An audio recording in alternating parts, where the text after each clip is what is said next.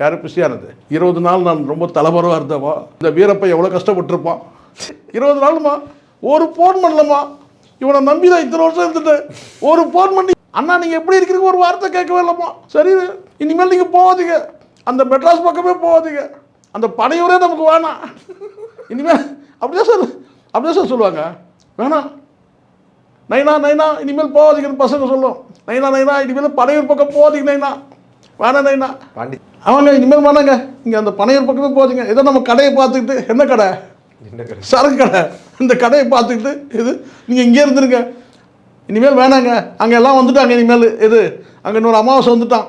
இது அவன் இங்கேருந்து சொல்லுவான், ஃபோன் பண்ணுவான் பேசிகிட்டே இருக்கும்போது. யார் அமாவாசை யார் அமாவாசை அர்ஜுனா ஆதவ அர்ஜுனா இல்லை, அமாவாசை அர்ஜுனா. அண்ணே நீங்கள் பாண்டிச்சேரியிலேருந்து தாண்டி வராதிங்கண்ணே, இந்த லிமிட்டில் நீங்கள் உள்ளே வராதிங்க, ரிஸ்க்கு, நீங்கள் அங்கேயே இருங்க. இது ஏன்னா அவன் திரும்பி இங்கே வரக்கூடாது மறுபடியும்.